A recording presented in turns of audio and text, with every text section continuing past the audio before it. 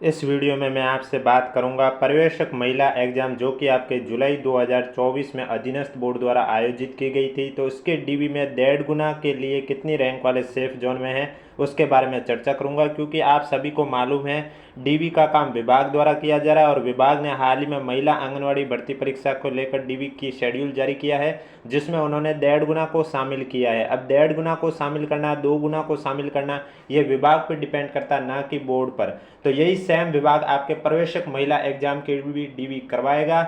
और ये डीवी अगर महिला आंगनवाड़ी में 1.5 गुना को बुला रहा है तो उस हिसाब से देखा जाए तो प्रवेशक महिला में भी ये 1.5 गुना को ही बुलाएंगे। और अगर 1.5 गुना को बुलाते हैं तो जो आपका रिजल्ट आया जिसमें रैंक आई थी, तो उसमें कितनी रैंक वाले महिला स्टूडेंट है वो सेफ जोन में है, उसके बारे में कैटेगरी वाइज इस वीडियो में चर्चा करूंगा। इसलिए वीडियो को बिना स्किप किए कंप्लीट देखें। वीडियो पसंद आए तो वीडियो को लाइक करें, चैनल जरूर सब्सक्राइब करें, क्योंकि आपको इस यूट्यूब चैनल पर जैसे कि आपने देखा ही होगा आंगनवाड़ी भर्ती परीक्षा को लेकर डीवी शेड्यूल जब भी आया था यूट्यूब के माध्यम से सबसे पहले आपको इसी यूट्यूब चैनल के माध्यम से इन्फॉर्मेशन मिली है। तो ठीक इसी तरह से पर्यवेक्षक महिला एग्जाम की भी डीवी को लेकर जब भी अपडेट आएगी आपको इस यूट्यूब चैनल के माध्यम से बता दिया जाएगा, क्योंकि आपको इस यूट्यूब चैनल पर चाहे प्रवेशक महिला एग्जाम हो, चाहे आंगनवाड़ी एग्जाम हो, चाहे अधीनस्थ बोर्ड का कोई भी एग्जाम हो, चाहे एलडीसी हो, स्टेनोग्राफ हो, हॉस्टल सुप्रीडेंट हो, महिला अधिकारिता वाला हो, सीईटी का हो, जूनियर अकाउंटेंट हो, सूचना सहायक, कोई भी एग्जाम हो, सभी एग्जाम से जुड़ी छोटी से छोटी अपडेट हो या बड़ी से बड़ी अपडेट हो, सभी अपडेट आपको इस यूट्यूब चैनल के माध्यम से बता दिया जाता है। इसलिए चैनल जरूर सब्सक्राइब करें, नोटिफिकेशन भी ऑन रखें, ताकि जब भी मैं कोई लेटेस्ट वीडियो लेके आऊँ सबसे पहले आपके पास पहुंचे।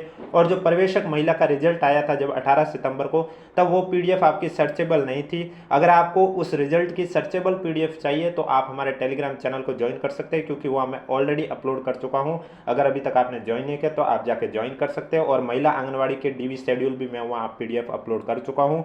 बाकी जैसे ही महिला प्रवेशक भर्ती परीक्षा जैसे कि 21 नवंबर तक आंगनवाड़ी भर्ती परीक्षा का डीवी होगा, और उसके बाद विभाग द्वारा कभी भी प्रवेशक महिला को लेकर अपडेट दे सकता है, चाहे वो डीवी को लेकर दे, चाहे स्क्रूटनी फॉर्म को लेकर दे, चाहे पूरा डीवी शेड्यूल ही दे दे। तो सबसे पहले आपको इस यूट्यूब चैनल के माध्यम से बता दिया जाएगा, इसलिए चैनल जरूर सब्सक्राइब करें और नोटिफिकेशन भी ऑन रखें।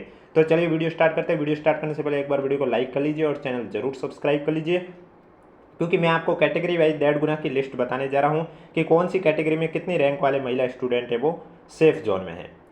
तो सबसे पहले जैसा कि आप सभी को मालूम है यह भर्ती परीक्षा यानी कि प्रवेशक महिला भर्ती परीक्षा 209 पदों पर आयोजित की गई है, जिसमें से नॉन टीएसपी के 164 पद हैं और टीएसपी में आपके 45 पद हैं। अब 209 के 1.5 गुना देखा जाए तो इसमें आपके लगभग कितने कैंडिडेट को शामिल किया जाएगा, तो इसमें आपके लगभग 314 कैंडिडेट, थोड़े ज़्यादा ही रहते हैं, 330 तक यह आंकड़ा जा सकता है, क्योंकि कुछ कैंडिडेट के रोल नंबर टीएसपी और नॉन टीएसपी दोनों में शामिल होते हैं, उनको भी डीवी में शामिल कर लिया जाता है, 2 बार बुला दिया जाता है। जैसे कि आपने आंगनवाड़ी डीवी शेड्यूल देखा ही होगा, कुछ रोल नंबर ऐसे जिन्हें 2 बार बुला दिया गया, वो इसलिए क्योंकि उनके नॉन टीएसपी में भी रोल नंबर है और टीएसपी में भी रोल नंबर है। तो इसमें लगभग आपके 314 कैंडिडेट को बुलाया जाएगा 1.5 गुना के हिसाब से। तो इसमें से नॉन टीएसपी के जो 164 पद है, इसमें आपके 1.5 गुना में 246 के करीब या 250 के करीब स्टूडेंट महिला स्टूडेंट को बुलाया जाएगा। और आपके जो 45 टीएसपी के हैं, इसमें आपके 68 महिला स्टूडेंट को बुलाया जाएगा। मैं एक्यूरेट बता रहा हूँ, पदों के हिसाब से बता रहा हूँ, थोड़ी संख्या ऊपर नीचे हो सकती है, मैं मोटे मोटे तौर पर आपको बता रहा हूँ। तो चलिए सबसे पहले आपको पता होना चाहिए कि आपके हर कैटेगरी में कितने पद है और 1.5 गुना में कितनों को शामिल करेंगे, और उसके बाद मैं आपको बताऊंगा कि आपका रैंक कैसे देखना है, क्योंकि जिस तरह से उन्होंने विभाग ने महिला आंगनवाड़ी की 1.5 गुना की लिस्ट जारी की है, जिस हिसाब से रैंक देकर उसी के माध्यम से मैं आपको महिला प्रवेशक की भी रैंक बताने जा रहा हूँ। उससे पहले आपको पता होना चाहिए कि कौन सी कैटेगरी में कितने पद है। तो आपको मालूम है नॉन टीएसपी में मैंने आपको कहा 164 पद है।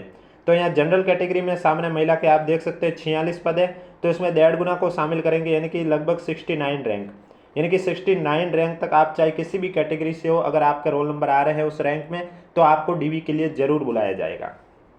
उसके बाद एससी कैटेगरी यानी कि अनुसूचित जाति की बात करें तो अनुसूचित जाति में सामने महिला के 20 पद हैं, तो इसमें आपके 1.5 गुना में 30 महिला कैंडिडेट को बुलाया जाएगा। तो ये कैसे चेक करेंगे उसके बारे में भी आगे बताऊंगा, इसलिए वीडियो को बिना स्किप किए कंप्लीट देखें। और अगर वीडियो पसंद आ रहा है तो एक बार वीडियो को लाइक कर लीजिए, चैनल जरूर सब्सक्राइब कर लीजिए। नेक्स्ट आपकी आती है अनुसूचित जनजाति कैटेगरी यानी कि एसटी कैटेगरी। एसटी कैटेगरी में 43 पद है और इसमें आपके लगभग 1.5 गुना में 65 महिला कैंडिडेट को बुलाया जाएगा डीवी के लिए। कितने महिला कैंडिडेट को बुलाया जाएगा? 65 महिला कैंडिडेट को बुलाया जाएगा।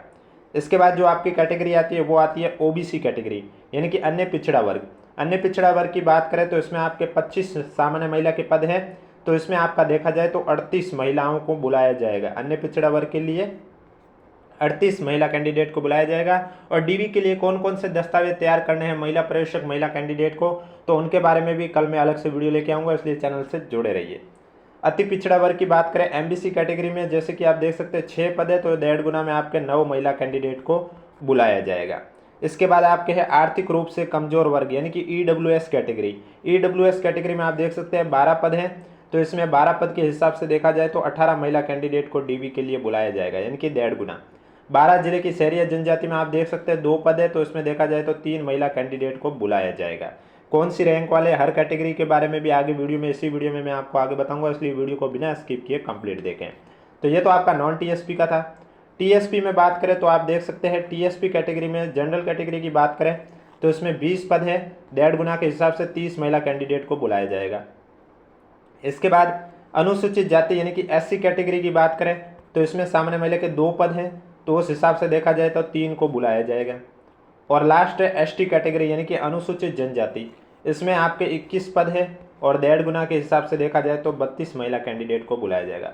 अब हर कैटेगरी वाले अपनी रैंक कैसे चेक करेंगे उसके बारे में बताने जा रहा हूं। अगर आपके पास भी सर्चेबल पीडीएफ नहीं है रिजल्ट की, जो कि अभी आपको स्क्रीन पर दिखाई दे रही है, ये सर्चेबल है, यानी कि जब आपका 18 सितंबर को महिला पर्यवेक्षक का जो रिजल्ट आया था वो पीडीएफ आपकी सर्चेबल नहीं थी, यानी कि आप अगर कोई रोल नंबर सर्च करोगे तो आपको वहाँ पीडीएफ में शो नहीं होंगे हाईलाइट के रूप में। लेकिन जो मेरे पास पीडीएफ है इसमें आपको रोल नंबर जरूर शो होंगे। और ये पीडीएफ अगर आपको चाहिए तो आप हमारे टेलीग्राम चैनल ज्वाइन कर सकते हैं, जिसका लिंक नीचे डिस्क्रिप्शन में भी दिया हुआ और कमेंट बॉक्स में भी दिया हुआ, आप जाके ज्वाइन कर सकते हो, क्योंकि हर पीडीएफ हर कंटेंट की पीडीएफ आपको वहीं हमारे टेलीग्राम चैनल पर ही देखने को मिलती है। तो आपको रैंक कैसे चेक करनी है, जैसे कि मैं कैटेगरी वाइज की बात करूं, जैसे कि आप देख सकते हैं यहाँ स्क्रीन पर स्पष्ट रूप से लिखा हुआ है, मैंने आपके लिए लिखा है कि कुल 209 पद है, जिसमें से 164 नॉन टीएसपी के और 45 टीएसपी के। तो नॉन टीएसपी में आप देख सकते हैं जनरल कैटेगरी की बात करें तो यहाँ पर आपके 69 महिला कैंडिडेट को लिया जाएगा 1.5 गुना में, क्योंकि जनरल कैटेगरी में 46 पद थे और 1.5 गुना के हिसाब से 69। तो अब आपको कैसे चेक करना है, आप चाहे किसी भी कैटेगरी से हो, चाहे एससी से हो, एसटी से हो, ओबीसी से हो या एमबीसी से हो, अगर आपकी रैंक 69 के अंदर आ रही है तो आपको 1.5 गुना में जरूर शामिल किया जाएगा। अब आपको कैसे चेक करनी है आप देख लीजिए, ये 69 देख सकते हैं, roll number 69, 300-655 roll number, OBC female. तो इतने रैंक के अंदर अंदर जिनके भी रोल नंबर आ रहे हैं उन सभी को 1.5 गुना में बुलाया जाएगा, फिर चाहे वो किसी भी कैटेगरी से हो। अब आगे ये कैसे बुलाएंगे, यानी कि टोटल है ना लगभग 314 महिला कैंडिडेट को बुलाना। तो 70वीं रैंक आप देखोगे ओबीसी फीमेल है तो ये बुलाएंगे, 71वीं रैंक में ओबीसी फीमेल है इनको भी बुलाएंगे, फिर 72वीं रैंक में भी ओबीसी फीमेल इनको भी बुलाएंगे, क्योंकि ओबीसी में आप देख सकते हैं 1.5 गुना में 38 को शामिल करेंगे। तो 69 के अंदर जो ओबीसी में आ गए उनको काउंट नहीं करना है, उसके बाद जो जो ओबीसी से आ रहे हैं उन्हें काउंट करते रहिए। अब ये ईडब्ल्यूएस से कैंडिडेट आए 73 तो इनको भी शामिल किया जाएगा, क्योंकि ईडब्ल्यूएस कैटेगरी से 18 महिला कैंडिडेट को बुलाए जाएंगे, लेकिन 69 के बाद देखा जाए तो अभी तक पहला ही नंबर आया है। तो इस तरह से ईडब्ल्यूएस के अब 18 तक जहाँ तक रैंक आएगी उन सभी महिला कैंडिडेट को बुलाया जाएगा। तो ओबीसी कैटेगरी आप देख सकते हैं, फिर ईडब्ल्यूएस इन्हें भी बुलाया जाएगा। इसके बाद 75 नंबर पर ओबीसी कैंडिडेट इन्हें भी बुलाया जाएगा। इसके बाद जो नेक्स्ट है 76 में ओबीसी आ रहे तो इन्हें भी बुलाया जाएगा। इसके बाद 77 में आप देख सकते हैं ईडब्ल्यूएस कैटेगरी, इनको भी बुलाया जाएगा। 78 में ईडब्ल्यूएस कैटेगरी, इनको भी बुलाया जाएगा। 79 आप देख सकते हैं ओबीसी कैटेगरी, इनको भी बुलाया। अगर यहाँ पर अगर 80 में ओबीसी के जगह जनरल फीमेल लिखा होता तो उन्हें स्किप कर देते, फिर उन्हें नहीं बुलाते, क्योंकि जनरल के 69 तक ही है। उसके बाद ओबीसी के जैसे ही जैसे 38 महिला कैंडिडेट कंप्लीट हो जाएगी उसके बाद ओबीसी का भी नाम आएगा तो उनको भी स्किप करेंगे। तो ऐसे आप जब काउंट करोगे तो आप देख लेना रैंक 131 तक ओबीसी के कंप्लीट हो रहे हैं 38 महिला कैंडिडेट। अगर 131 रैंक के बाद मैं मोटे मोटे तौर पे आपको बता रहा हूँ, क्योंकि जब विभाग लिस्ट जारी करता है तो उसमें थोड़े कैंडिडेट ज़्यादा ही होते हैं, एकदम जो पदों का 1.5 गुना आता है उससे थोड़े कुछ ज़्यादा ही होते हैं, इसलिए मैं आपको मोटे मोटे तौर पे ही बता रहा हूँ। तो ओबीसी में आप देखना 69 के बाद 38 तक महिला कैंडिडेट को काउंट करोगे तो 131 तक रैंक आ जाएगी। उसके बाद अगर कोई ओबीसी कैटेगरी से आ रहे हैं तो उसको आपको काउंट नहीं करना है, यानी कि आपको इस तरह से चेक करना है जैसे कि मैंने अभी आपको बताया। तो आप देख सकते हैं। अब नेक्स्ट मैं आपको बता देता हूँ, जैसे कि आपको 138 रैंक पर आए तो आप देखोगे 138 रैंक पर ओबीसी फीमेल है, आप इसे काउंट करोगे। अब 139 वालों को काउंट नहीं करोगे, क्योंकि 138 पर जो ओबीसी के अगर 38 को बुलाएंगे तो ये 38 यहाँ कंप्लीट हो रहे हैं। तो अब जो भी ओबीसी के है वो सभी स्किप करते रहो। EWS आ रहा फिर 143 पर, तो क्या EWS को शामिल किया जाएगा? EWS को भी 143 तक काउंट कर लिया जाएगा, क्योंकि EWS में 18 महिला कैंडिडेट को 1.5 गुना में बुलाएंगे और वो 18वां कैंडिडेट 143 रैंक पर ही है।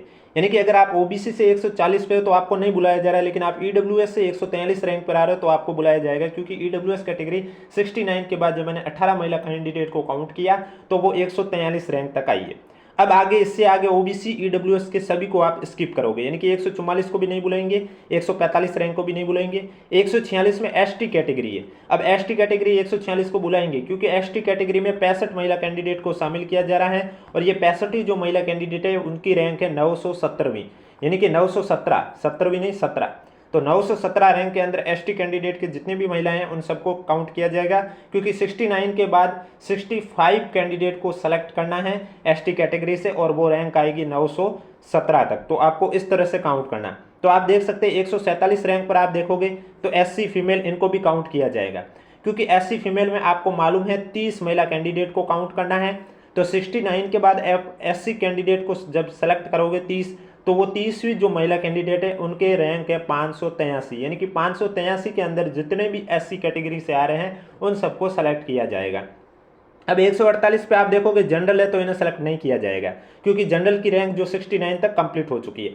ईडब्ल्यूएस को भी सेलेक्ट नहीं किया जाएगा 149 पर। मैं मोटे मोटे तौर पे बता रहा हूँ आपको, फिर से बता देता हूँ, यानी कि आपको रैंक कैसे चेक करनी होती। तो अब ईडब्ल्यूएस में आप देखोगे 143 रैंक पर 18 महिला हो चुकी है, इसलिए इनको सेलेक्ट नहीं किया जाएगा। फिर 150 पर जनरल है, इनको भी सेलेक्ट नहीं किया जाएगा। लेकिन 151 पर एससी कैटेगरी है तो इनको सेलेक्ट किया जाएगा, क्योंकि एससी कैटेगरी मैंने आपको बताया था 583 रैंक तक 30 महिला कैंडिडेट कंप्लीट हो रही है, तो उस हिसाब से इन्हें सेलेक्ट किया जाएगा। 152 पर जनरल, फिर इनको स्किप कर देंगे। 153 ओबीसी, इनको भी स्किप कर देंगे। 154 ईडब्ल्यूएस, इनको भी स्किप कर देंगे। अब 181 पे आप देख रहे हो ओबीसी, इनको भी skip, general skip, EWS skip, OBC OBC OBC EWS OBC general OBC, इन सबको स्किप किया जाएगा। यानी कि आपको इस तरह से रैंक चेक करनी है। चलो अब मैं आपको कैटेगरी वाइज बता देता हूं कि हर कैटेगरी में कितनी रैंक वाले महिला कैंडिडेट सेफ जोन में है और कितनी वाली नहीं है। उससे पहले वीडियो को लाइक नहीं किया तो एक बार वीडियो को लाइक कर लीजिए और चैनल जरूर सब्सक्राइब कर लीजिए, क्योंकि कल मैं आपको बताने जाऊंगा डॉक्यूमेंट दस्तावेज सत्यापन के लिए आपको कौन कौन से डॉक्यूमेंट है वो तैयार रखने हैं, उनकी वैलिडिटी कब तक की होनी चाहिए। और डीवी को लेकर जब भी विभाग की ओर से अपडेट आएगी सबसे पहले आपको इसी यूट्यूब चैनल पर देखने को मिलेगी। चाहे आप आंगनवाड़ी का भी देख सकते हो, सबसे पहले आपको इसी यूट्यूब चैनल पर इन्फॉर्मेशन दी गई थी। जिस तारीख यानी कि 30 अक्टूबर को शाम को जैसे ही पीडीएफ अपलोड हुई आपको इस यूट्यूब चैनल के माध्यम से बता दिया गया था उसी दिन शाम को कि इसकी पीडीएफ अपलोड हो चुकी थी। तो 69 जनरल की मैंने आपको बताया 69 रैंक वाले सेफ जोन में है। आर्थिक रूप से कमजोर वर्ग ईडब्ल्यूएस की मैंने अभी बात की थी, 143 रैंक वाले सेफ हैं, यानी कि 18 महिला कैंडिडेट को 1.5 गुना में शामिल किया जाएगा। अब मैं 1.5 गुना इसलिए कह रहा हूं क्योंकि दोनों एक ही विभाग है, यानी कि महिला आंगनवाड़ी का वो भी विभाग है जो कि महिला पर्यवेक्षक एग्जाम आयोजित करवा रहे हैं, तो दोनों का एक ही विभाग है। जब महिला आंगनवाड़ी के लिए उन्होंने 1.5 गुना को बुलाया तो हो सकता है महिला पर्यवेक्षक के लिए भी ये 1.5 गुना को बुलाए, तो उस हिसाब से मैं आपको रैंक बता रहा हूँ। अनुसूचित जाति की बात करें यानी कि एससी कैटेगरी, जो कि मैंने अभी आपको बात की है, 30 महिला कैंडिडेट को सेलेक्ट किया जाएगा, तो 583 रैंक के अंदर जितनी भी महिला आ रही है उन सबको सेलेक्ट कर दिया जाएगा।